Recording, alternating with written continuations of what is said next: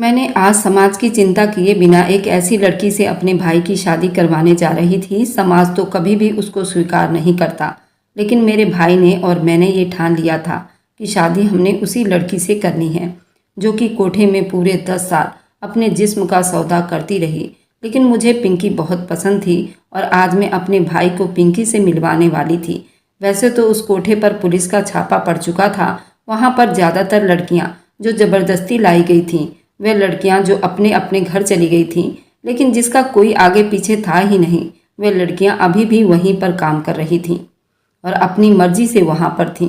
पिंकी को मैंने कई बार फ़ोन किया था, पिंकी तुम मेरे साथ आ जाओ। पिंकी ने कहा मैं तुम पर बोझ नहीं बनना चाहती लता। इज्जत तो मेरी कब की लुट चुकी है, अब उसे बचाकर क्या करना है। यहाँ पर 2 टाइम का खाना तो मिल ही रहा है, और क्या चाहिए।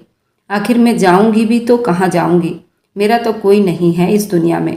उसी दिन मैंने फैसला कर लिया कि मैं पिंकी को वहाँ से निकाल कर रहूँगी, चाहे जो हो जाए। अब तो मेरा भाई और मेरा पति भी मेरे साथ था, तो मुझे दुनिया की कोई परवाह ही नहीं थी। ये कहानी एक ऐसी कहानी है जिसे सुनकर आपके रोंगटे खड़े हो जाएंगे। मेरा नाम लता है, मैं एक गांव में रहने वाली लड़की थी। मेरे घर में माँ पापा और हम 2 बहन भाई थे। मेरा भाई 16-17 साल का था, मैं 14 साल की थी। मैं बहुत खूबसूरत थी, बिल्कुल दूध की तरह सफ़ेद रंग थी। माँ पापा हम दोनों भाई बहन से बहुत प्यार करते थे। मेरे पापा मजदूरी का काम करते थे। मेरे पापा जो भी कमाते थे उससे हमारा घर अच्छे से चल रहा था, यूं ही हमारा गुजारा हो जा रहा था। मेरे पापा कहते थे लता तुम इतनी चंचल हो कि तुम्हारी वजह से हमारी ज़िंदगी में रोशनी आ गई है। हम अपनी ज़िंदगी में बहुत खुश थे, लेकिन एक दिन पापा का एक्सीडेंट हो गया और पापा हमें छोड़कर इस दुनिया से चले गए थे। किसी तरह से माँ ने हम दोनों भाई बहनों को संभाला, लेकिन पापा के जाने के बाद मेरी माँ भी बहुत बीमार रहने लगी थी। मेरा भाई उमेश भी ज़्यादा पढ़ा लिखा नहीं था, लेकिन फिर भी वह घर से काम करने के लिए बाहर निकल गया। छोटे मोटे काम करके थोड़े बहुत पैसे कमा कर ले आता था, उससे हमारे घर का खर्चा अच्छे से चल जाता था। हम उन्हीं पैसों से गुजारा कर लेते थे। पापा के जाने के बाद माँ बहुत कमज़ोर हो गई थी। कुछ दिनों के बाद माँ भी हमें छोड़कर चल बसी। हम दोनों भाई बहन अनाथ हो गए। मेरी एक मौसी थी जो विधवा थी, उनकी कोई औलाद नहीं हुई थी, वे बांझ थी, अपने घर में बिल्कुल अकेली रहती थी। उन्होंने मुझे अपने पास रख लिया और मेरा भाई उमेश, उसने मुझे समझाया तुम मौसी के पास रहना, मैं बाहर जा रहा हूँ, मैं ढेर सारा पैसा कमा कर लाऊंगा। मेरा भाई मुझे मौसी के पास छोड़कर विदेश चला गया। शहर में गांव के ही पहचान के लोग कुछ काम कर रहे थे। मेरा भाई उमेश उन्हीं लोगों के साथ बाहर विदेश में काम करने के लिए चला गया और मैं मौसी के साथ रहने लगी। मौसी भी अकेली थी, उनके यहाँ भी कोई काम करने वाला नहीं था। मुझे नहीं पता था कि मौसी अपना गुजारा कैसे करती थी, लेकिन मौसी के पास रहते हुए मुझे इतना मालूम हो गया था कि मौसी अपना गुजारा बहुत मुश्किल से करती हैं। मेरे आने के बाद मौसी के खर्च और भी बढ़ गए थे, खाना भी मुश्किल से हमें मिलता था। एक बात मैंने नोट की थी, मौसी अक्सर बहुत ज़्यादा तैयार होकर घर से बाहर निकलती थी। उनके पास पैसे भी नहीं होते थे, लेकिन जब वो घर आती उनके पास पैसे ही पैसे होते थे। मैं पूछती थी मौसी आप क्या कहीं काम करती हैं, तो वह कहती थी हाँ, यही समझ लो कि मैं छोटा मोटा काम कर लेती हूँ और जो पैसे आते हैं उसी से हम दोनों का गुजारा हो जाता है। मैं तो इतनी छोटी थी कि मैं कुछ कर भी नहीं सकती थी। खैर मौसी के साथ किसी तरह मेरा टाइम बीत रहा था। इस बीच मैंने देखा कि मौसी मुझे बहुत प्यार करने लगी थी, मेरा बहुत ख्याल रखने लगी थी। वह मुझे बहुत ही अच्छी अच्छी चीज़ें खिला रही थी। वह कहती थी तुम खाओगी तभी तो बड़ी दिखोगी, तुम्हारी सेहत बनेगी और तुम और भी खूबसूरत लगोगी। फिर मैं उनसे कहती मौसी मुझे बड़ी दिखने की क्या ज़रूरत है। मौसी कहती बस मैं तुम्हें जो कह रही हूँ वो करो, मैं चाहती हूँ तुम अच्छे से अच्छे खाओ और पियो और इतनी तंदुरुस्त हो जाओ कि बड़ी लड़कियों की तरह दिखो। और ऐसा ही हुआ। मौसी ने मुझे बहुत अच्छी अच्छी चीज़ें खिलाई और पिलाई और मैं 12 साल की उम्र में ही 15-16 साल की लगने लगी थी। मेरे बदन की बनावट बड़ी लड़कियों की तरह दिखने लगी थी। मुझे देखकर कोई भी नहीं कह सकता था कि मैं 12 साल की लड़की हूँ। मैं इतनी तंदुरुस्त हो गई थी कि मेरे बदन की बनावट ऐसी दिखने लगी थी जैसे कि मैं 15-16 साल की लड़की हूँ। मैं खूबसूरत तो बहुत थी, लेकिन बदन भरने के बाद और भी ज़्यादा निखर गई थी और खूबसूरत दिखने लगी थी। मुझे नहीं पता था मेरी मौसी ऐसा मुझे क्यों दिखाना चाहती थी, मैं बड़ी लड़कियों की तरह दिखूं। धीरे धीरे इसी तरह टाइम बीत रहा था।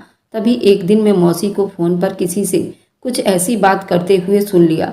मेरे कदमों तले से ज़मीन निकल गई। मेरी मौसी फ़ोन पर किसी को कह रही थी कि पैसे लेकर कब आ रहे हो। मैं पूरे के पूरे पैसे लूँगी, ना कम लूँगी ना ज़्यादा लूँगी। मैं पूरे 5 लाख रुपए लूँगी। लड़की तैयार है, जल्दी से पैसे लेकर आज शाम को आ जाना। मौसी को ऐसी बात करते हुए मैंने सुना तो मैं समझ चुकी थी वह क्या कह रही हैं। मौसी मेरा सौदा कर रही थी। अब मैं समझी कि आखिर क्यों वो मुझे चाहती थी कि मैं बड़ी लड़कियों की तरह दिखूं। वह मुझे बेचने की तैयारी कर रही थी, वह मेरा सौदा कर रही थी। मौसी की ऐसी बातें सुनकर मैंने फैसला कर लिया कि अब जो मर्जी हो जाए मुझे यहाँ से निकलना होगा। और ऐसा ही हुआ। मौसी अपने कामों में बिजी थी कि मैं चुपके से घर से निकल गई और स्टेशन की तरफ आ गई। मैं ट्रेन में बैठ के मुझे नहीं पता था ये कहाँ जाने वाली है। बस मैं ये चाहती थी मैं यहाँ से किसी भी तरह भाग जाऊँ। जब एक बार घर से मेरे कदम निकले तो अब मुझे खुद भी पता नहीं था कि मैं कहाँ जाऊँगी। ट्रेन चलने लगी, मुझे नहीं पता था ये ट्रेन कहाँ रुकेगी। थोड़ी देर के लिए मेरी आंख लग गई। जब मेरी आंख खुली तो मैंने देखा कि ट्रेन रुकी हुई है। मैं ट्रेन से उतर गई। स्टेशन पर लिखा था लखनऊ। मुझे बहुत भूख लग रही थी। मैंने लोगों से कुछ पैसे मांगकर खाने के लिए कुछ खरीदा। मैं इधर उधर भटक रही थी। 2-3 दिन तक मैं इधर उधर भटकती रही। मुझे नहीं पता था कि मैं कहाँ जाऊँ, किधर जाऊँ। एक दिन मैंने स्टेशन पर ही सो रही थी, तभी मेरे सामने एक नौजवान आदमी मेरे पास आया। मुझसे पूछने लगा, तुम्हारा नाम क्या है? तुम्हारे माँ बाप कहाँ हैं? मैंने कहा, मेरा नाम लता है, मेरा इस दुनिया में कोई नहीं है। मैंने उस अंकल को अपने बारे में सब कुछ बता दिया। मैंने उनसे कहा कि मेरे माँ बाप के मरने के बाद मैं अपनी मौसी के साथ रहती थी, लेकिन मौसी मेरा सौदा कर रही थी, मुझे बेचने जा रही थी, इसलिए मैं उनके पास से भाग आई हूँ। मुझे नहीं पता था कि मैं कहाँ जाऊँ। वह कहने लगा, तुम परेशान मत हो, मुझे अपना समझो, मैं तुम्हें अपने घर लेकर जाऊँगा, मैं तुम्हें अपने साथ रखूँगा। मैं खुश हो गई थी, ये समझ नहीं पाई थी जिसको मैं अपना मसीहा समझकर अपना दुख बयां कर रही हूँ वह एक हैवान है। और जिस जंगल से मैं निकलना चाह रही थी, जिसके लिए मैं भाग कर आई थी, ये आदमी मुझे उसी दलदल में भेजने वाला है। खैर, मैं उसकी नीयत से बेखबर थी। उस अंकल ने मेरी सारी बातें सुनकर मुझ पर प्यार से अपना हाथ फेरा। वह जैसे ही उस अंकल ने मेरे सर पर हाथ मारा, मेरी आंखों से आंसू छलक पड़े, पर मैं उस अंकल के सीने से लग गई। वह अंकल मुझे तसल्ली देने लगा। वह अंकल मुझे अपने साथ अपने घर ले गया। उस अंकल ने मुझे अपने घर ले जाकर मुझे मुंह हाथ धोने को कहा। मुझे एक प्यारा सा कपड़ा लाकर दिया और कहा, नहा धोकर तुम इस कपड़े को पहन लेना। मैंने ऐसा ही किया। मैंने वह खूबसूरत से कपड़े पहन लिए। उस कपड़े में मैं बहुत ज़्यादा खूबसूरत लग रही थी। वह अंकल मेरे ढेर सारे खाने पीने की चीज़ लेकर आता था। मैंने पेट भरकर खाना खा लिया था, आराम से सो गई। सुबह मेरी आंख खुली तो मैंने देखा इधर उधर नज़र घुमाकर तो घर में पूरा सन्नाटा था। घड़ी पर मैंने टाइम देखा तो सुबह के 10 बज रहे थे। मैं परेशान हो गई क्योंकि वे अंकल मुझे कहीं भी नजर नहीं आ रहे थे। मैं डर गई थी। मेरी नज़र दरवाजे पर पड़ी। मैंने देखा उस अंकल के साथ एक औरत आ रही थी। अंकल व औरत दोनों घर के अंदर आ रहे थे। वे अंकल मुझे देखकर कहने लगा, लता तुम उठ गई हो? मैंने कहा, हाँ अंकल, मैं उठ गई हूँ, मैं आपको ही ढूंढ रही हूँ। आप कहाँ चले गए थे? वह कहने लगी, देखो ये सुनीता है, उसकी कोई औलाद नहीं है, तुम्हें गोद ले लेगी, तुम्हारी माँ बनकर तुम्हें पालेगी, तुम्हें अपनी बेटी बनाना चाहती है। वह औरत देखने में बहुत ही अजीब सी थी, मोटी सी थी, मुंह में पान डाल रखा था। मुझे उससे डर लग रहा था। मैंने कहा, क्या आप मुझे अपने साथ नहीं रख सकते? वह कहने लगा, नहीं लता, मैं तुम्हें अपने साथ नहीं रख सकता। मेरी पत्नी, मेरे बच्चे हैं। मेरी पत्नी तुम्हें अपने पास कभी भी नहीं रखेगी। लता, तुम उनके साथ जाओ, ये तुम्हें बहुत खुश रखेगी। उसकी कोई औलाद नहीं है, तुम्हें बहुत प्यार करेगी और बहुत ही प्यार से रखेगी। नए नए कपड़े जो तुम चाहोगी वह तुम्हें मिलेगा। वह औरत कहने लगी, हाँ बेटा, मैं तुम्हें अपनी बेटी बनाकर रखूंगी, तुम मेरे साथ एक बार चलो तो सही। मैंने हाँ में सिर हिला दिया। मेरे पास और कोई दूसरा रास्ता नहीं था। आखिर मैं कहाँ जाती, किसके पास जाती? मुझे बहुत प्यास लगी हुई थी। मैंने अंकल से पानी के लिए कहा तो अंकल ने कहा कि किचन उधर है, जाओ पानी पी लो। मैंने पानी पीने के लिए गई। पानी पीकर जैसे ही किचन से बाहर निकली थी, मेरे कानों में जो आवाज़ आई उसे सुनकर मेरे पैरों तले से जमीन खिसक गई। अंकल व औरत दोनों एक दूसरे से बातें कर रहे थे। वह औरत उस अंकल से कह रही थी, अरे वाह अनिल, तू उसकी खूबसूरती की जितनी तारीफ कर रहा था वह तो उससे भी ज़्यादा खूबसूरत निकली। तूने मुझे इस बार बिल्कुल खुश कर दिया है। तुमसे इस बार तो मैं बहुत खुश हूँ। मेरे पास 1000 लड़कियाँ हैं, लेकिन उसके जैसी खूबसूरत तो कोई भी नहीं है। मैं तुम्हें अभी के अभी 3 लाख देती हूँ। उस औरत ने एक कागज का टुकड़ा निकाला और उस पर साइन करने लगी और उस आदमी को दे दिया और कहने लगी, ये लो तुम्हारी पूरे 3 लाख के चेक हैं। मैं अब समझ गई यह आदमी मुझ पर मेहरबान नहीं था। ये तो अपने मतलब के लिए मुझे स्टेशन से उठाकर लाया था। मैं अपनी मौसी के पास से जिस डर से भागी थी, आखिर मैं उसी दलदल में आकर गिर चुकी थी। मैं उन दोनों की बातें सुनकर भागने वाली थी। बाहर गाड़ी खड़ी थी और उन दोनों आदमियों ने मुझे पकड़कर गाड़ी में बिठा दिया। वह औरत भी गाड़ी में आकर बैठ गई और मुझे भीड़ भाड़ वाले इलाके में ले गई। ये जगह बहुत ही गंदी थी। लड़कियां बहुत ही अजीब अजीब कपड़े पहनकर दरवाजे के बाहर खड़ी हुई थी और मर्दों को अजीब अजीब से गंदे इशारे कर रही थी। ये सब देखकर मैं हैरान हो गई। वह औरत मुझे गाड़ी से घसीटती हुई मुझे उतारने लगी। मैंने कहा, मुझे छोड़ दो, मुझे जाने दो, लेकिन वो मुझे नहीं छोड़ रही थी। मुझे घसीटते हुए कमरे में ले गई और एक लड़की को आवाज़ देने लगी जिसका नाम पिंकी था। वह औरत कहने लगी, पिंकी, इस लड़की पर पूरी नज़र रखना। इस लड़की की जिम्मेदारी तुम्हारी है। तुम उसके खाने पीने का हर चीज़ का ध्यान रखोगी। इतना कहकर वह चली गई। मैं अपनी किस्मत पर फूट फूट कर रोने लगी। वह लड़की जिसका नाम पिंकी था, वह कहने लगी, रोना बंद करो। रोने से कोई फ़ायदा नहीं, क्योंकि यहाँ एक बार जो आता है वह यहीं का होकर रह जाता है। यहाँ से निकलने का कोई रास्ता नहीं। मैं उस पर गुस्सा करने लगी। उसने कहा, गुस्सा करने से कोई फ़ायदा नहीं। तुम गुस्सा करके खुद को ही नुकसान पहुंचाओगी। अगर तुमने यहाँ से भागने की कोशिश की तो तुम्हें जान से मार दिया जाएगा। अगर जिंदगी चाहती हो तो यहाँ पर जो जैसा कहेगा वैसा करना होगा। वैसे तुम्हारा क्या नाम है? मैंने कहा, मेरा नाम लता है। वे कहने लगी, तुम तो बहुत ही खूबसूरत हो और ये खूबसूरती ही तुम्हारी ज़िंदगी के लिए नर्क बन गया है। वह मुझसे पूछने लगी, तुम्हारी उम्र कितनी होगी? मैंने कहा, मेरी उम्र सिर्फ 12 साल। वह कहने लगी, पर तुम तो 14-15 साल की लगती हो। तुम काफ़ी बड़ी लग रही हो। तुम्हारा बदन देखकर कोई नहीं कहेगा कि तुम इतनी छोटी हो। मैंने उसे कहा कि अब मुझे कोई फ़र्क नहीं पड़ता कि मेरी उम्र कितनी है। मैं छोटी दिखती हूँ या बड़ी दिखती हूँ, किस्मत मुझे यहाँ लेकर आई है। समझ जाओ, मैं ज़रूरत से ज़्यादा बड़ी हो गई हूँ। जिसको मैं अपना मसीहा समझ रही थी, उसने मुझे धोखे देकर मेरा जिस्म बाजार में बेच दिया है। पिंकी मेरे लिए खाना लाई। वो मुझे खाना खाने को कह रही थी। मैंने खाने को फेंक दिया और मुंह मोड़कर एक कोने में जाकर बैठ गई। तभी अचानक से सुनीता बाई आई, जो मुझे यहाँ लेकर आई थी। वह कहने लगी, ये जिस्म फरोशी का अड्डा है। यहाँ पर नए नए लोग आते हैं और लड़कियों के साथ कमरे में बंद हो जाते हैं और फिर वह पूरी रात उस लड़की के साथ प्यार मोहब्बत करते हैं। ऐसा ही अब तुम्हारे साथ भी होगा। ज़्यादा नखरे करने की ज़रूरत नहीं, ज़्यादा नाटक करने की ज़रूरत नहीं और ज़्यादा चीखने चिल्लाने या शोर मचाने की ज़रूरत नहीं। यहाँ के माहौल को अपनी ज़िंदगी में उतार लो। यहाँ के माहौल में रंग जाओ। तुम्हारी नथ उतराई की रस्म जल्दी ही शुरू होगी। जैसे ही कोई अच्छा ग्राहक आएगा तुम्हारे लिए, तुम बिल्कुल अच्छे तरीके से तैयार रहना। तब तक तुम 1 दिन या 2 दिन आराम से आज़ाद रह सकती हो।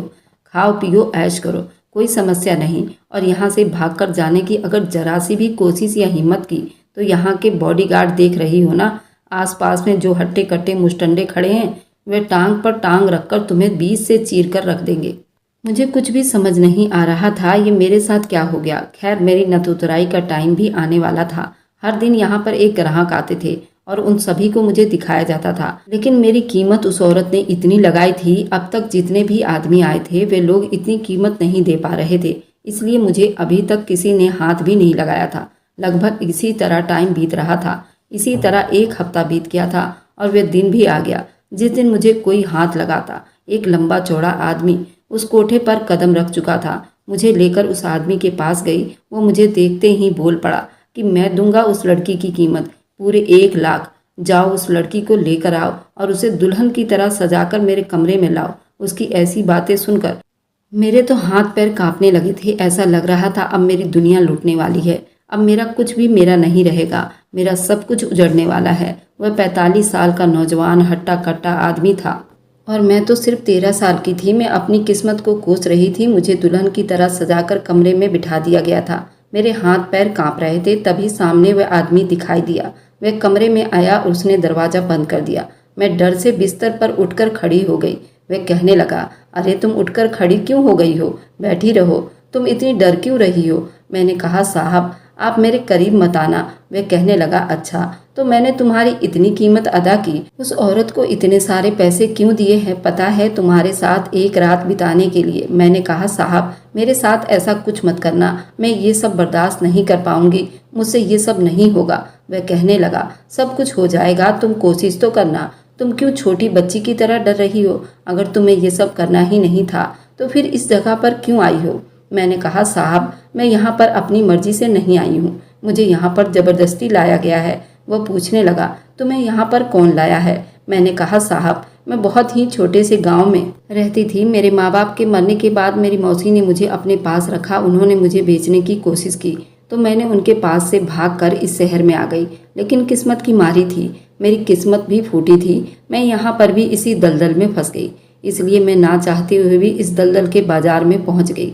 मेरी उम्र 12 साल की है साहब। मैं इस काबिल नहीं हूँ मैं इन सबको बर्दाश्त कर सकूँ। मुझ पर तरस खाओ। मैं उस आदमी के पैरों में गिर गई। कहने लगी, मुझे एक उम्मीद थी शायद वो मुझे छोड़ दे, लेकिन वह तो ये जानकर खुश हो गया कि मैं कम उम्र की लड़की हूँ। कहने लगा, फिर तो तुम्हारे साथ रात बिताने में और भी मजा आएगा। देखने में तुम बहुत खूबसूरत हो, लगता नहीं कि तुम इतनी छोटी हो। वैसे भी मुझे 14-15 साल की लड़कियां बहुत पसंद है। देखो तुम ज़्यादा परेशान मत हो, कुछ ही दिनों में तुम्हें इन सब की आदत भी पड़ जाएगी। मैंने उसके सामने हाथ जोड़े, उसके पैर पड़े। उसने मुझे अपने पैरों से उठाकर बेड पर लिटा दिया। मैं चीखती चिल्लाती रही, लेकिन मेरी चीख पुकार सुनने वाला वहाँ कोई नहीं था। उसने मुझ पर जरा सा भी तरस नहीं खाया। सुबह मेरी हालत थी कि मैं बिस्तर से उठने के काबिल नहीं थी। वह इंसान नहीं, वह तो राक्षस था। उसने अपना काम किया और चलता बना। मैं इतनी कमज़ोर, इतनी लाचार हो गई, मुझे चलने के लिए भी बैसाखियों की ज़रूरत पड़ गई। वह औरत जो मुझे यहाँ लेकर आई थी, उसने कहा कि इसको नहला धुलाकर 5 दिन तक आराम करने के लिए छोड़ दो। मुझे कुछ दिनों के लिए आराम करने के लिए छोड़ दिया गया, लेकिन उन 4-5 दिनों के बाद मैं जैसे ही ठीक हुई, फिर से मुझे उसी धंधे में बिठा दिया गया। फिर से मेरे पास ग्राहक आने लगे। हर कोई मेरे साथ अपनी रात बिताना चाहता था। अब तो मुझे आदत हो चुकी थी इन सबको सहने की, इन सबको बर्दाश्त करने की। धीरे धीरे वक्त इसी तरह बीत गया और 5 साल बीत गया। इन 5 सालों में मैंने बहुत कुछ सहा था। कहीं ना कहीं मुझे एक उम्मीद थी, शायद कोई मुझे यहाँ से निकाल कर ले जाएगा। अब मैं 19 साल की हो गई थी। ऐसा कोई नहीं था जो मुझे यहाँ से निकाल कर ले जाता। खैर, पिंकी जो मेरी बहुत अच्छी दोस्त बन चुकी थी, मैं पूरी तरह से बदल चुकी थी। लेकिन एक बात थी, इन 7 सालों में मैंने यहाँ अपनी एक अलग ही जगह बना ली थी। सब मुझे बहुत प्यार करते थे। एक दिन पिंकी मेरे पास घुंघरू लेकर आ गई। वह कहने लगी, चलो लता, हम दोनों नाचते हैं, ये लो घुंघरू पहन लो। मैं पिंकी को कहने लगी कि मुझे नाचना नहीं आता, लेकिन पिंकी बहुत जिद करने लगी। वह कहने लगी, तुम मेरे साथ चलो तो सही, वहाँ बहुत सारी लड़कियाँ हैं जो नाचती हैं और बहुत बड़े बड़े अमीर लोग आते हैं और पैसे लुटाते हैं। मैंने कहा, चलो ठीक है। मैं पिंकी की बात मानकर उसके साथ चली गई। मैंने अपने पैरों में घुंघरू बांध लिया। सारी लड़कियां वह नाच रही थी। पिंकी ने मेरा हाथ पकड़कर लड़कियों के बीच में ले गई।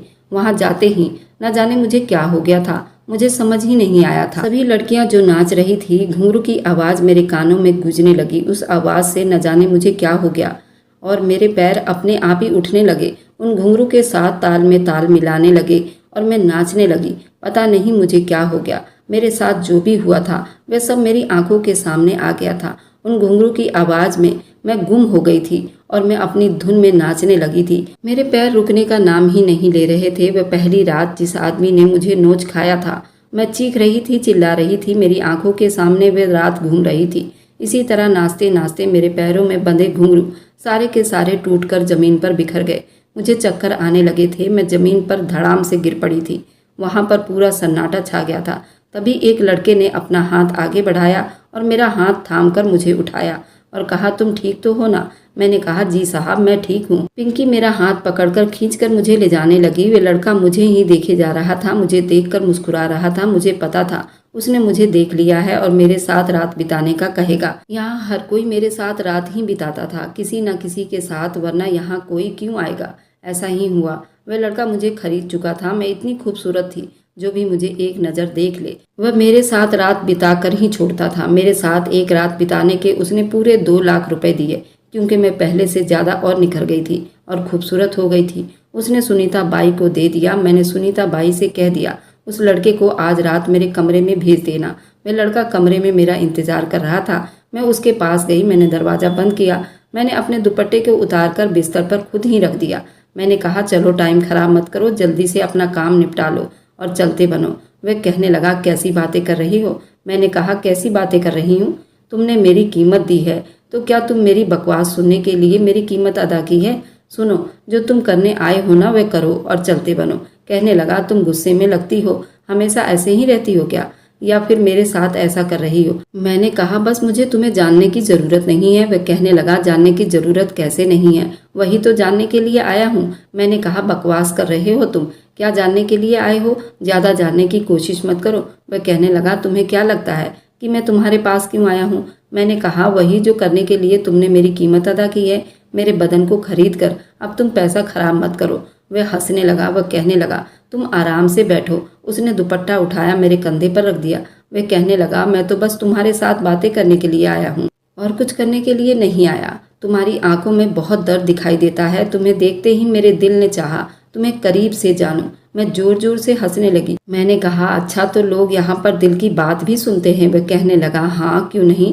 वह मुझसे पूछने लगा, अच्छा बताओ, तुम यहाँ पर जबरदस्ती आई हो या फिर अपनी मर्जी से ये काम कर रही हो? मैंने कहा, यहाँ पर हर लड़की अपनी मर्जी से काम नहीं कर रही। हर किसी की अपनी मजबूरी है। कोई अपना पेट भरने के लिए यहाँ पर काम कर रहा है, कोई मजबूरी में कर रहा है, कोई ज़बरदस्ती काम कर रहा है, कोई खुशी से काम कर रहा है। सबकी अपनी एक अलग कहानी है। वह कहने लगा, मैंने सबके बारे में नहीं पूछा, मैं सिर्फ तुम्हारे बारे में जानना चाहता हूँ। मैंने कहा, अच्छा तुम मेरे बारे में जानना चाहते हो तो सुनो, मैं यहाँ अपनी मर्जी से नहीं आई हूँ। मेरी किस्मत मुझे यहाँ घसीट कर लाई है। मैंने अपनी पूरी कहानी उस लड़के को बताई और मेरे साथ रात भर एक कमरे में ही रहा, लेकिन उसने मुझे छुआ तक नहीं था। सुबह होते ही वह चला गया। मैं भी हैरान थी, जब उसे कुछ करना ही नहीं था तो वह मेरे पास आया ही क्यों था। खैर कुछ दिन इसी तरह बीते थे। मैं भी उसकी ऐसी हरकतों से बेचैन हो गई थी। वह लड़का आखिर मेरे बारे में जानकर कहाँ गायब हो गया था और उसने मुझे हाथ क्यों नहीं लगाया था? मैं इतनी खूबसूरत थी कि कोई मेरी कीमत देकर ऐसा कर ही नहीं सकता था। ऐसा कभी हो ही नहीं सकता था। मुझे कुछ ना करे, वे अपना पूरा पैसा वसूल करके ही जाते थे, लेकिन उसने मुझे हाथ भी नहीं लगाया। ऐसा क्यों? मैं उसके बारे में सोचती रही। फिर मुझे पता चला उस लड़के ने आज फिर मुझे खरीदा है। मैंने सोचा आज मैं उससे पूछ कर ही रहूँगी, ये ऐसा क्यों कर रहा है। तभी मैं अपने कमरे में बैठी उसका इंतजार कर रही थी। वह कमरे में आया, उसने दरवाज़ा बंद किया, धीरे धीरे मेरे करीब आने लगा। मैंने कहा, अच्छा तो उस दिन कुछ करने का मूड नहीं था तो आज पूरा बना कर आए हो? कहने लगा, आज मैं तुम्हारे साथ कुछ वक्त बिताना चाहता हूँ। क्या मैं तुम्हारे गोद में सर रख कर सो सकता हूँ? मैंने कहा, हाँ क्यों नहीं सो सकते, पूछने की क्या ज़रूरत है, आखिर तुमने मेरी कीमत जो अदा की है। तभी उसने मेरे मुंह पर उंगली रख दी और कहने लगा, अब बस भी कर दो, तुम्हें बस कीमत दिखाई देती है, मेरी आंखों में तुम्हारे लिए कुछ दिखाई नहीं देता। मैं तुम्हारे पास क्यों आता हूँ, किसके लिए आता हूँ? मैं बिल्कुल चुप हो गई और आगे जो उसने बात कही उसे सुनकर मेरे होश उड़ चुके थे। उसने अपनी मोहब्बत का इजहार किया। वह कहने लगा, मैं तुमसे बहुत प्यार करता हूँ और तुमसे शादी भी करना चाहता हूँ। उसने इस तरह से मोहब्बत का इजहार किया तो मैंने भी हाँ कर दिया। कहीं ना कहीं वह भी मेरे दिल में घर बना चुका था, क्योंकि ऐसा आज तक हुआ ही नहीं था कोई मेरे साथ एक कमरे में हो और मुझे छुए ना। खैर वह कहने लगा, अगर तुम मेरा साथ दो तो मैं तुम्हें यहाँ से निकालना चाहता हूँ। मैंने कहा, मुझे यहाँ से निकालना बड़ा ही मुश्किल है। मैंने अगर यहाँ से बाहर कदम रखा, तुम देख रहे हो ना, जो बड़े बड़े मुस्टंडे बॉडीगार्ड खड़े हैं वो मुझे जान से मार देंगे। लेकिन वह कहने लगा, अगर तुम मेरा साथ दोगी तो तुम्हें यहाँ से निकाल लूँगा। मैंने कहा, ठीक है। इतना कहकर वह मेरे पास से चला गया। एक हफ्ता बीत गया लेकिन उसकी कोई खबर नहीं थी। तभी एक दिन अचानक कमरे में बैठी हुई थी कि चारों तरफ शोर मचने लगा। मैंने बाहर निकलकर देखा तो चारों तरफ पुलिस की भीड़ जमी हुई थी। मैं घबरा गई थी, पर मैंने पुलिस वालों के साथ उसी लड़के को देखा जिसका नाम अमित था। उसने मुझे इशारे से बता दिया, वही उन पुलिस वाले को लेकर आया है। वो मेरे पास आया। वह कहने लगा, इनको मैं ही लेकर आया हूँ। मैंने कहा, अमित तुमने ऐसा क्यों किया? तुम्हें ऐसा नहीं करना चाहिए था। तुम तो कह रहे थे कि मुझे यहाँ से निकाल कर ले जाओगे, लेकिन तुमने तो यहाँ सारा मामला ही खराब कर दिया। पुलिस वाले सबको गिरफ्तार कर लेंगे। अमित कहने लगा, लता तुम परेशान मत हो। मैंने सुनीता को और उसके आदमी को जिसने तुम्हें यहाँ बेचा था, उन दोनों को पुलिस के हवाले कर दिया है और सब कुछ उन्हें बता दिया है। यहाँ पर बहुत सारी लड़कियाँ हैं जो ज़बरदस्ती इस काम को कर रही हैं। उन्होंने कहा कि अगर ऐसा है तो उन सारी लड़कियों को आज़ाद करने की जिम्मेदारी मेरी है। अगर पुलिस वाले तुमसे पूछे तो अपनी सारी हकीकत पुलिस वालों के सामने बता देना। मैंने कहा, ठीक है अमित। मेरा हाथ पकड़कर उन पुलिस वालों के सामने ले गया। पुलिस वाले कहने लगे, यही लड़की है जिसे तुम अपने साथ लेकर जाना चाहते हो? अमित कहने लगा, हाँ, इसका नाम लता है। आप उससे जो पूछना चाहते हैं पूछ सकते हैं। एक पुलिस वाले ने अमित से पूछने लगा, कहीं तुम इसे यहाँ से निकाल कर कहीं दूसरी जगह बेच तो नहीं दोगे? क्या तुम इस लड़की से शादी करोगे? अमित कहने लगा, मैं शादी तो इसी से ही करूँगा, क्योंकि मैं लता से प्यार करता हूँ और उससे शादी भी करना चाहता हूँ। पुलिस वाले ने जब मुझसे पूछा तो मैंने भी अपनी सारी कहानी पुलिस वाले को बता दी। मैंने कहा मैं भी अमित से शादी करने के लिए तैयार हूँ। अमित ने सबके सामने मुझसे शादी की बात की। मेरे लिए इससे ज़्यादा खुशी की और क्या बात हो सकती थी। यहाँ पर काफ़ी ऐसी लड़कियाँ थीं जो अपनी मर्जी से काम नहीं कर रही थी, अपनी खुशी से काम नहीं कर रही थी। सारी लड़कियों से पूछताछ करके उनकी मर्जी पर छोड़ दिया गया था। वह चाहती हैं तो यहाँ पर रह सकती हैं और जाना चाहती है तो यहाँ से आज़ाद होकर जा सकती हैं। खैर अमित ने मेरा हाथ थाम लिया। मैं अमित के साथ उस बदनाम गली से निकल आई थी। आज मैं पूरी तरह से आज़ाद थी। मैंने अमित के साथ अपनी ज़िंदगी की नई शुरुआत की। अमित का भी इस दुनिया में कोई नहीं था। हम दोनों अपनी ज़िंदगी में हंसी खुशी ज़िंदगी बिताने लगे थे। एक दिन अमित ने कहा मैं तुम्हें एक दोस्त से मिलवाना चाहता हूँ। मैंने कहा ठीक है। अमित ने फिर मुझे अपने सीने से लगा लिया। अमित कहने लगा अच्छा ठीक है, पहले मेरी बात सुनो। मैं तुम्हें किसी से मिलवाना चाहता हूँ। मेरा जिगरी दोस्त है जिसे मैं तुमसे मिलवाना चाहता हूँ। वह भी अकेला है, उसका भी इस दुनिया में कोई नहीं है। बस एक बहन थी लेकिन उसका भी कोई अता पता नहीं है। वह बेचारी किस्मत की मारी है। अपनी बहन को उसने कहाँ कहाँ नहीं ढूंढा लेकिन वह कहीं नहीं मिली। मैंने कहा अच्छा कोई बात नहीं, आप अपने दोस्त को घर बुला लो और देखना मैं भगवान से प्रार्थना करूंगी कि उसकी खोई हुई बहन उसे जल्द से जल्द मिल जाए।